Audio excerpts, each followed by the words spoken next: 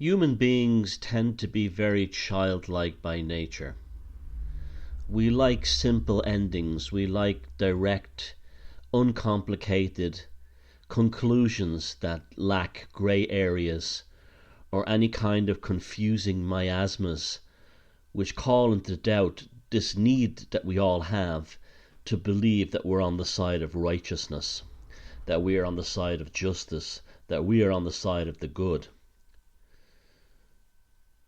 Yet people will go to enormous lengths to avoid this grey area when it relates to subjects and topics and issues, political or religious issues, that have an extreme nature about them, where everything is deeply polarized. In the same way a person will go to extreme lengths not to confront their shadow, they will also not go to extreme lengths. They will also go to extreme lengths to not confront the shadow of the group or organization or belief or religion or political system they champion. They have to believe under all circumstances that they are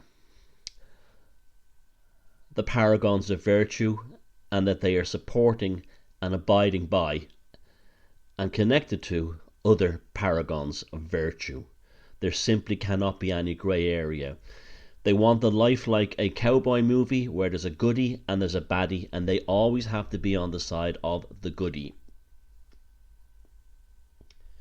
Which brings me to the Middle East, and in particular the Palestinian issue. So many people across the board, even people who would not be politically involved in anything, tend to be sympathetic towards the Palestinian plight, with the exception of American born-again Christian Zionists and of course regular Jewish Zionists. Now, having said that, I know many Jews who are not particularly obsessed with Israel or Israeli policy and are certainly not enamoured by the likes of Benjamin Netanyahu and his government in terms of policy towards the Palestinian issue. Although at the same time I accept that the vast majority of Jews in the world are generally pro-Israel and don't have an issue with Israel's need or requirement to protect its own borders. Now, I often get a lot of flack by not nailing my flag, my personal flag, or my name, or my profile to the Palestinian issue. It's the same reason I didn't nail my flag to the Catholic or Protestant issue in Ireland, in Northern Ireland, when the Troubles were going. It's really down to one simple thing. I will not support anything where religion is the motivating factor, and in particular the Abrahamic religions. My attitude is that the Middle East is a dead issue, it's a hopeless basket case, and it cannot be dealt with while it is still under the yoke of the Abrahamic religions. As long as the Bible, the Talmud, and the Quran hold sway in that microscopic region where Asia, Africa, and Europe meets, there's absolutely no reason for any of us who have intelligence to go anywhere near that issue.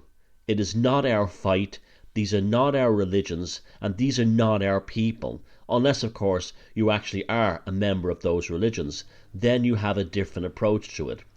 But if you're anyway involved in the idea of reason or the idea of maintaining neutrality, you have to stand back and look at the factors involved.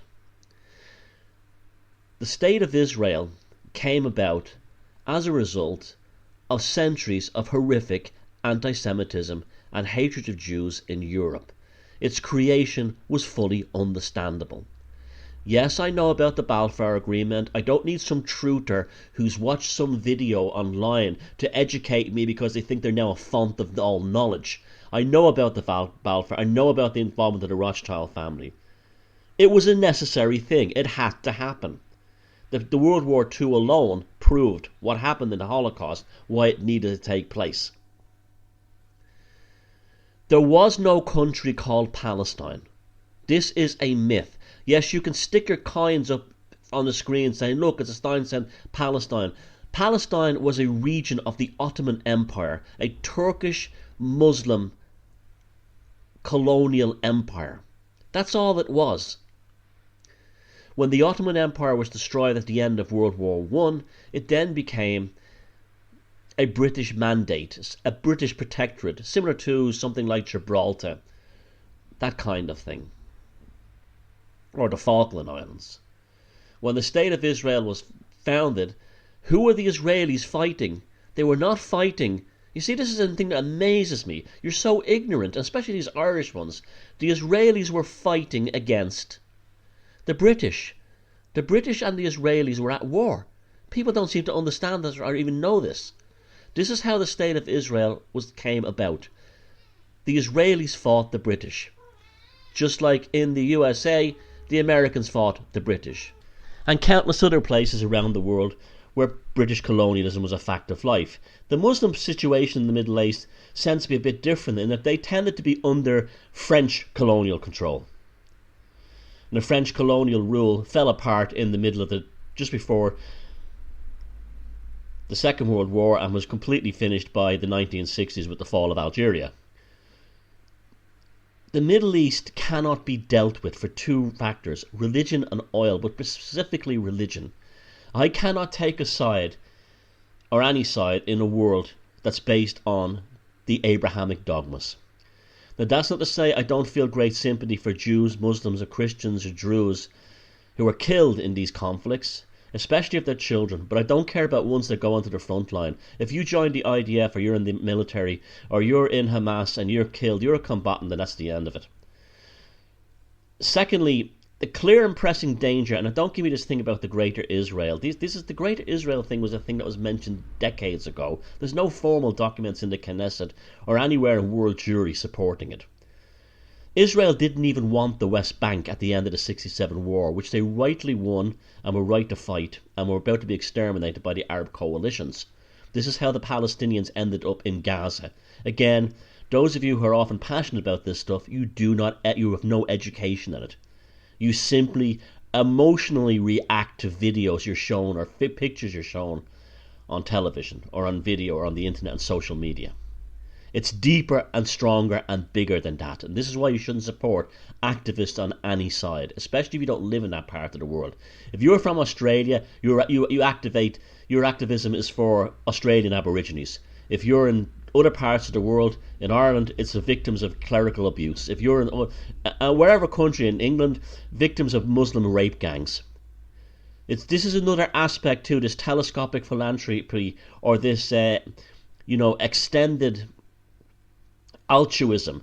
They want you obsessed with the Middle East because you don't notice the problems in your own country. A lot of this has to do with the oil as well. The oil industry is very much based on our attention and our focus that we give upon the Middle East.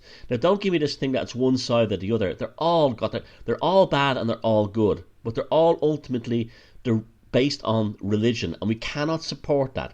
As a European pagan, I cannot, in good conscience, throw my support around any group that stands behind the Quran, the Talmud, or the Bible. It's just as simple as that. I cannot do it. And I won't do it. So my attitude is, what happens in the Middle East is irrelevant to me. Yes, I know many of you, particularly in America, are upset about it because large amounts of money are diverted from your country into places like Israel, but vast amounts are also sent to Egypt as well. You need to check these things up. Both sides are parasiting off the American taxpayer.